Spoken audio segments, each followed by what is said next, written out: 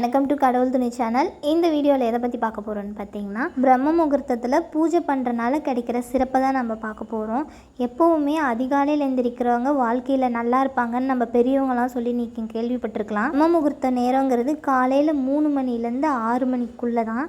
சூரிய உதயத்துக்குள்ளே நம்ம வீட்டில் விளக்கேற்றி நம்மளோட வேண்டுதலை கடவுள்கிட்ட சொன்னோம்னா கண்டிப்பாக நடக்குங்க.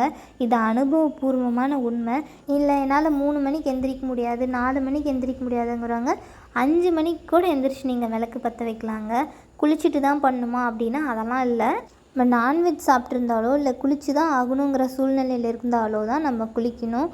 அப்படி இல்லைங்க நான் சுத்தமாக தான் இருக்கேன்னா நீங்கள் தாராளமாக கை கால் முகம் கழுவிட்டு ப்ரஷ் பண்ணிவிட்டு நீங்கள் சாமி கும்பிடலாம். விளக்கு பார்த்திங்கன்னா ஒரு விளக்காக ஏற்றாதீங்க, 2 விளக்கு, 3 விளக்கு, 5 விளக்கு, உங்களால் எவ்வளோ முடியுமோ அந்த மாதிரி விளக்கேற்றி வீடு ஃபுல்லாக கமகமன் சாம்பிராணி போடலாம், ஊதுபத்தி பற்ற வைக்கலாம். நல்லா வீடே வாசனையாக இருக்க மாதிரி வச்சுட்டு சாமி பாட்டு, கந்த சஷ்டி கவசம் அந்த மாதிரி ஏதாவது சாமி பாட்டு வீட்டில் போட்டு விட்டு ஒரு 12 நாள் 21 நாள் அந்த மாதிரி தொடர்ந்து நீங்கள் பண்ணி பாருங்கள்.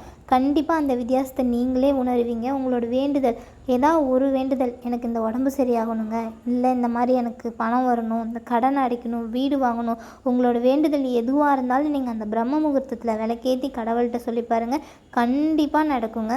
இதுக்கு நம்ம பெருசாக அந்த பொருள் வாங்கணும், இந்த பொருள் வாங்கணும், பெருசாக பூஜை பண்ணணும் அந்த மாதிரிலாம் எதுவும் இல்லை.